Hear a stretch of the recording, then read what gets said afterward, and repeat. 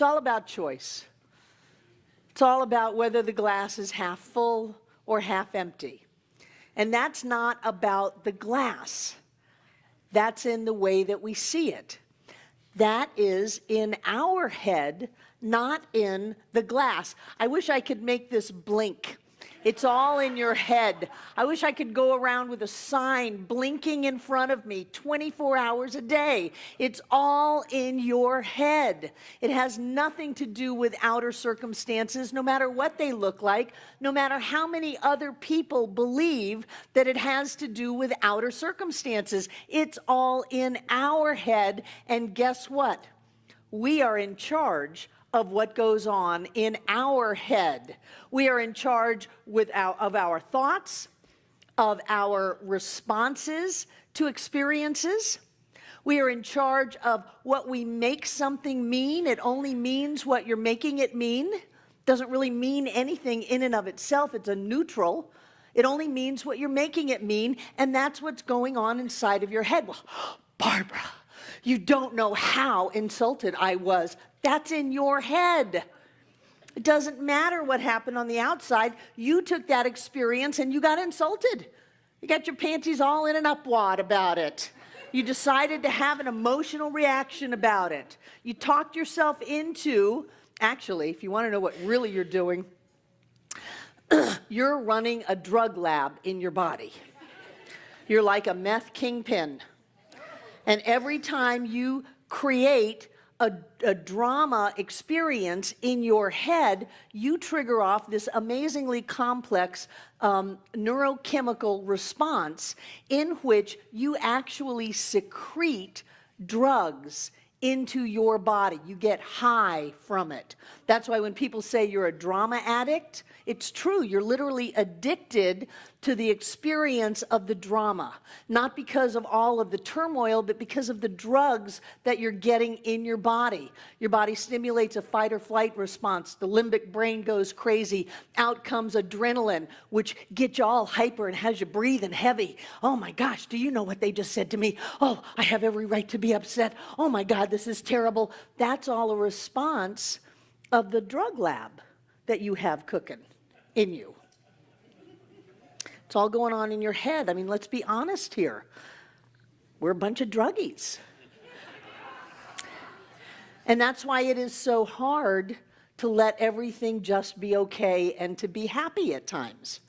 People think, oh, being happy and being joy-filled, that's got to be the best, right? Well, why do we struggle against it? We struggle against it because our natural default that we have created over millennium of fight or flight, is it a saber-toothed tiger? Are we going to need to defend ourselves? Is this really an attack on my very life?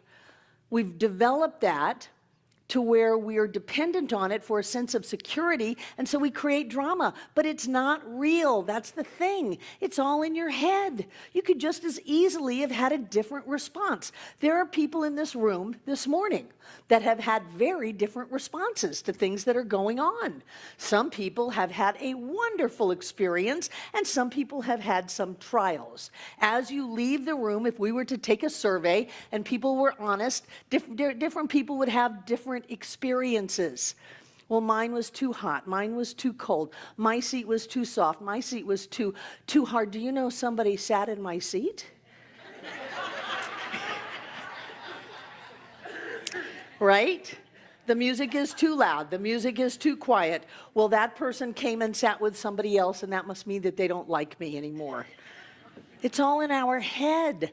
We make all of this stuff up. And then because we are such powerful, creative, spiritual beings alive and well on planet Earth, we manifest that. And then instead of looking at it and go, wow, I created that, I thought it, and I made that happen, we look at the experience and go, well, I was right all along. Life is hard. It's a struggle. Things are going to be lost. Other people won't do what I want them to do. I was right all along. No, we made it all up in our heads. We are amazing, amazing creative beings. We hold the power of all creation in our thoughts. And you know, it's all in your head. It's not in our head. That's a figure of speech. It's not like it's going, and there were a lot of images that had the head opening up and things like that. No, it's not really in your head, it's in your thoughts. It's in your beliefs, it's in your responses, it's in your choices. Happiness is my choice. So let's choose to be happy. But that means we may go into some withdrawals. And they are physical as well as mental and emotional, because we have to get used to the feeling of being happy. One of the books that I read long time ago was Women Who Love Too Much. It's by Melanie Beattie. It's about codependency. And when people are codependent, you know, the traditional image of codependency is Al-Anon. And so you've got an addict, and then the spouse of the addict helps the addict with their addiction, so they don't get upset, so they don't have problems. It's very dysfunctional, and it comes from a huge sense of lack of self-worth. And when you grow out of that, you have to learn and get used to having people around you that are nice. And it's hard. I know for me, when I've been used to the bad boy scene, being around somebody who opened the door for me was, whoa, is that for me or is someone else over here coming through that door?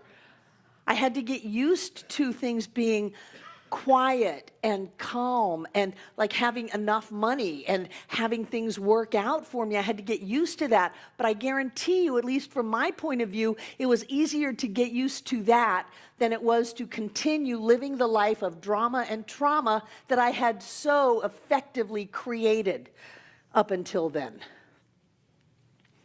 So when you are looking at these teachings and saying, oh, well, I created that, it's not really real, it's real. It's just not the truth. When people look at someone, let's say in the medical profession, and they go, oh, it's just all in your head. I remember when fibromyalgia was first coming out, and people would be in terrible pain. And the doctors would just say, oh, it's all in your head. There's nothing that a test will show, because they didn't have a test for it.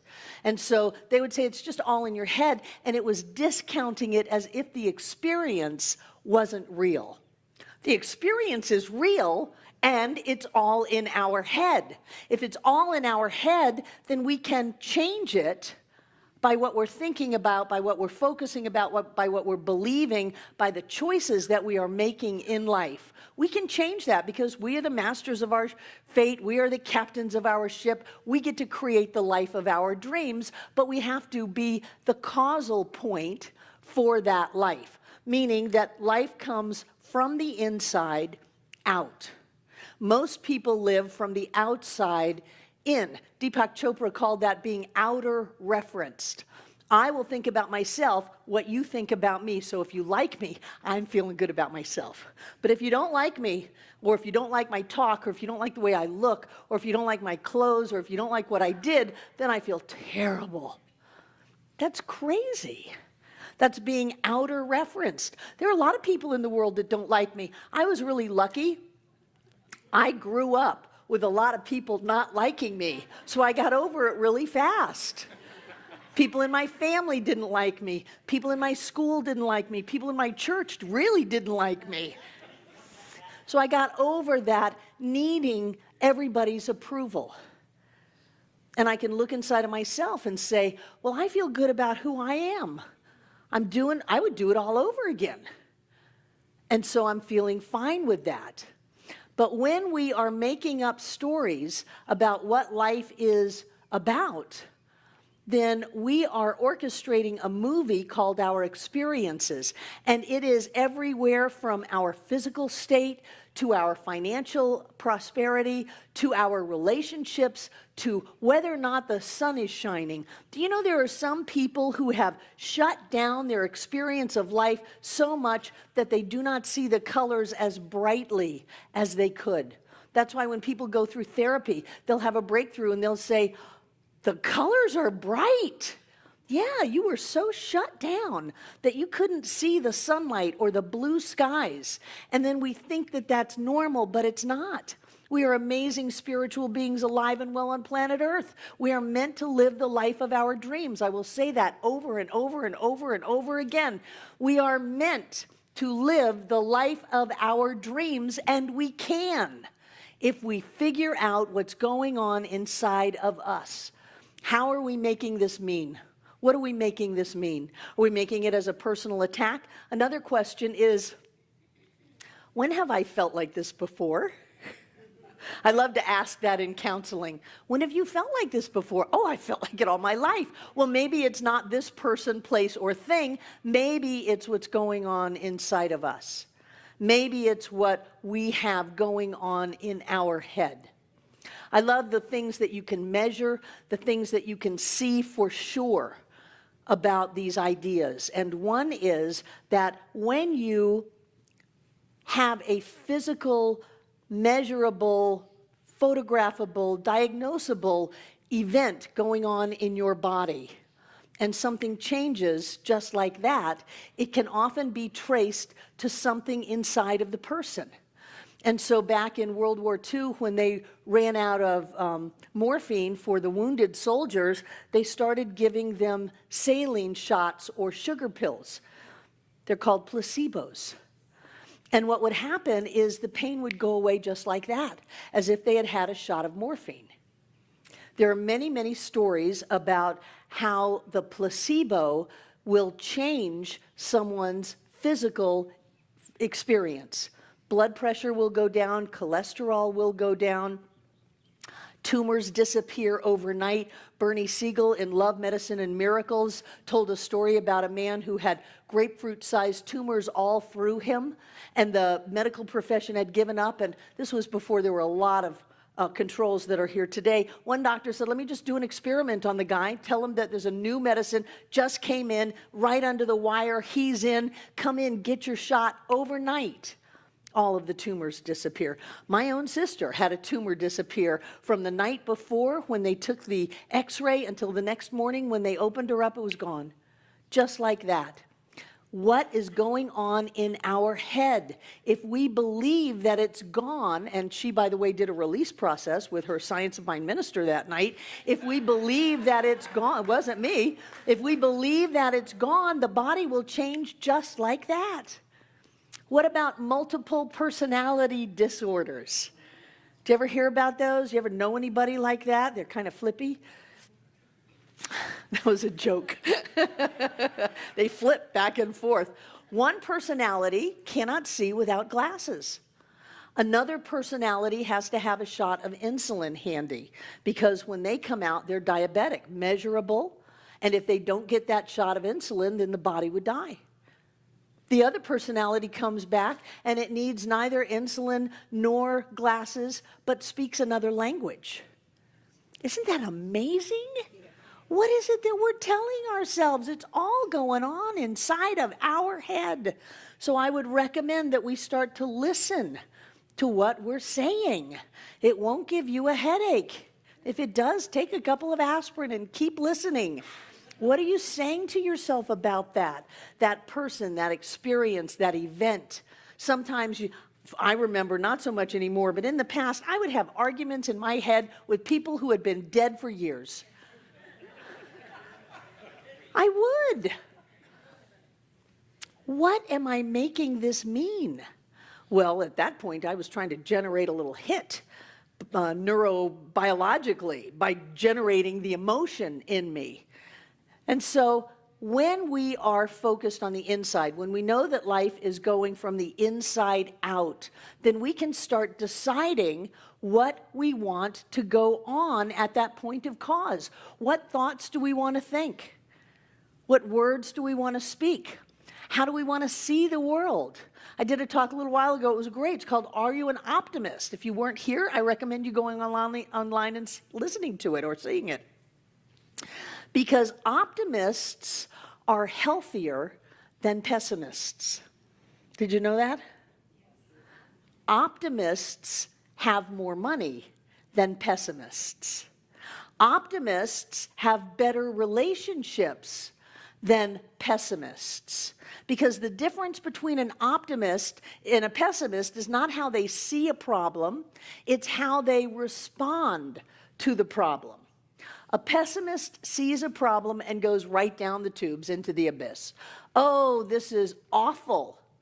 Oh, there's no way out. Oh, this always happens. I am a bad person. because this happened to me. Those kinds of thoughts do not create the life of your dreams unless it's a nightmare. An optimist looks at that same problem, because we all have problems, let's not be naive, we all have problems, and says, oh, this is temporary. This is a bump in the road. This is something that I can handle. This has an answer. This has a solution, even though I don't know what it is yet. I know that this is going to work itself out, and I am not a bad person. I'm going to be creative and think about how to handle this. And you have a healthier body. You have more money. You have better relationships. You have, in general, a happier life. When you look at things and don't let them run you over, but allow yourself to think about it and know only good will come from this, one of my mantras. There's a blessing in here somewhere. I'm going to put a blessing in it, so I'm sure to get a blessing out. I'm going to be able to use this to grow, to be smarter, maybe to not ever do that again, but I'm going to be able to use this to have a better life. Because I'm going to be an optimist. I'm going to be in charge of what's going on inside of my head, meaning the stories that I tell myself about things, the way I respond, the way I react to circumstances. I'm going to be in charge because I like to be in charge. Some people would call those control issues. But I like to be in charge. So I am going to be in charge over myself because I've tried to be in charge of you. I really have. I've tried to be in charge of you, and it doesn't really work. You have to be in charge of you. I can coach you and go, yay, go, it's wonderful. But I can't make you do whatever it is I want you to do, but I can make me. I can make myself stop with stinking thinking.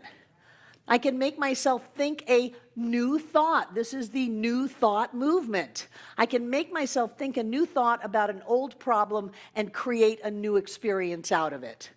If I think an old thought about an old problem, I'm just going to have that for the rest of my life. It is up to me to be in charge of what's going on inside of my head. No matter what it is, it started in me. Oh, but Barbara, it's genetic. Well, Bruce Lipton has proven that you can turn your genes on and off based on what you think about them. Wow. Your genetic predisposition has nothing on you unless you think it does. There are children who were adopted into a family with a certain genetic problem. They got that problem because they never knew they were adopted. Or they were adopted into a family without the problem, and their family of origin had that problem, and they never got that problem because they didn't know it was there. People think it's all about the outside. Well, the doctor said, well, this test said, well, the experience was that I was late. You're never late. Unless it's prac class. You're always in your perfect and right place. You're always in your perfect and right place doing exactly what you're supposed to be doing at the moment you're supposed to be doing it.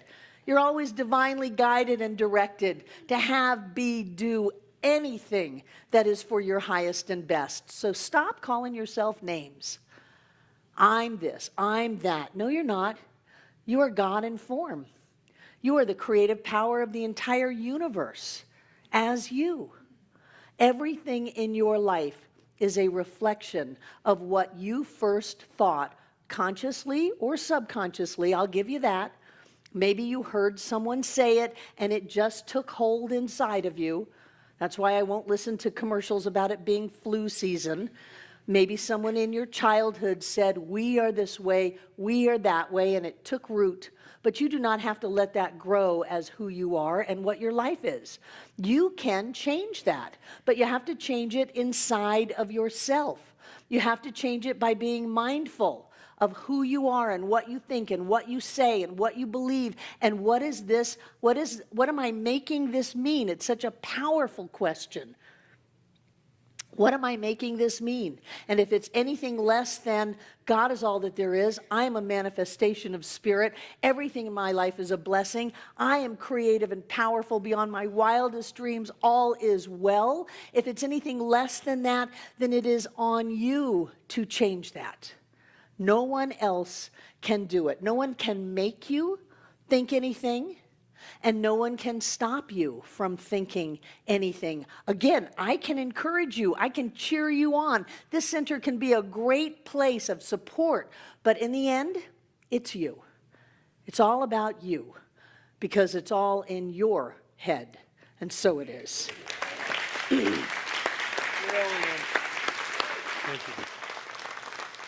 you. Thank you, Barbara. Wonderful. So we may have some people in the room for the first time. We'd like to say hi. So if you're here for the first time, would you raise your hand? Welcome. What's your name? Darla. Darla, thank you for being with us here today. And you, sir? Say it again. Justin. Wonderful. We're glad you're here. Anybody else joining us today for the first time? Hi. Who are you? Hi, I'm Michelle. I'm friend of Pegasus. Hi, Michelle. Welcome. We're really glad you're here. You've got good taste in friends.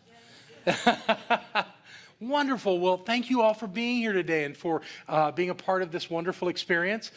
We are giving you this card to fill out so that we can just keep you informed about what's happening here. We do not inundate you with information. We just want you to know what we're doing.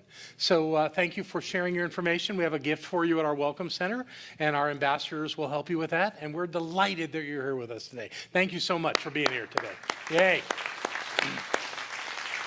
Let's have our prosperity acceptors come up. Oh, good. There's money up here. Nice. And I'm finding it. So if you would take what you're going to give today and hold it in your hands. Maybe close to your heart if that works, or however you want to do it. And know with me that there is a presence and a power that dwells in, through, and as all things. Even and absolutely as our money. Money is an idea in the mind of God. Money is the presence of God in action. Money is that thing that we use to kind of measure how we're moving through life. And being generous at this moment with this center is a nice measurement. So we celebrate this giving. We celebrate this flow, knowing that all is in perfect order, all is unfolding as it must, and that life is supporting all of us by our very action in this moment. And knowing that this that we know together is absolute and always so, we say these words together. I freely and joyously give from the abundance and fullness of my overflowing wealth, knowing my gift goes with love as it touches and blesses the world. And so it is. Thank you.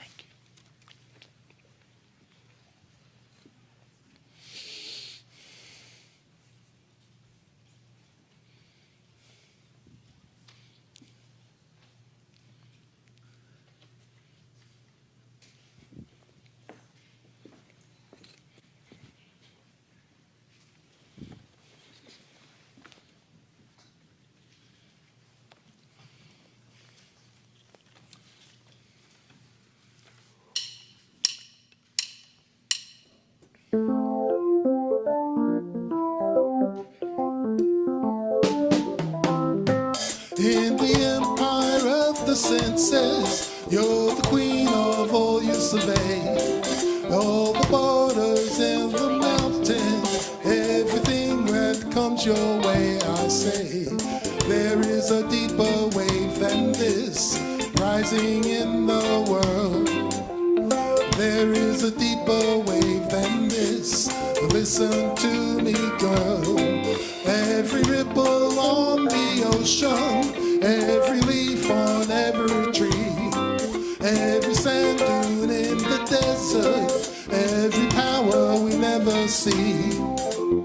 There is a deeper wave than this. There is a deeper wave than this. Listen to me, girl. Feel it rising in the cities. Feel it sweeping over the land. Over borders, over frontiers. Of the will its power withstand. deeper wave than this. Rising in the world. There is no deeper wave than this. Listen to me, girl. All the anger, all the bloodshed, all the moments of our fear, all the armies, all the missiles, all the symbols of our fear. There is no deeper wave than this. Rising in the world. There is no deeper wave than this. Listen to me, girl. At the still point of destruction, at the center of the fury, all the angels and the others, all around us, can't you see? There is a deeper wave than this. Rising in the land. There is a deeper wave than this. Nothing will withstand. I say love. Love is the seventh way. I say love. Love is the seventh way. I say love. Love is the seventh way. I say love. Love is the seventh way.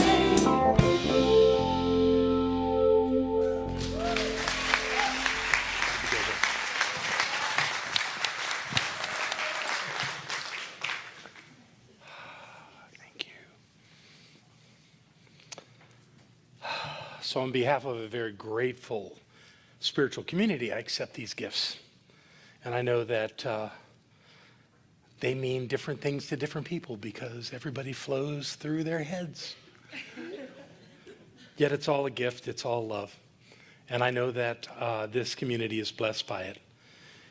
Blessed by the money that is counted and put in the bank and used to pay the bills, but also far beyond that, the energy that it leaves right here, always, touching the people in this room, touching the people who watch us online, creating a better world, truly.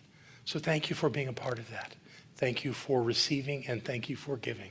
It's a lovely flow, and so it is. Ooh, I bet there's children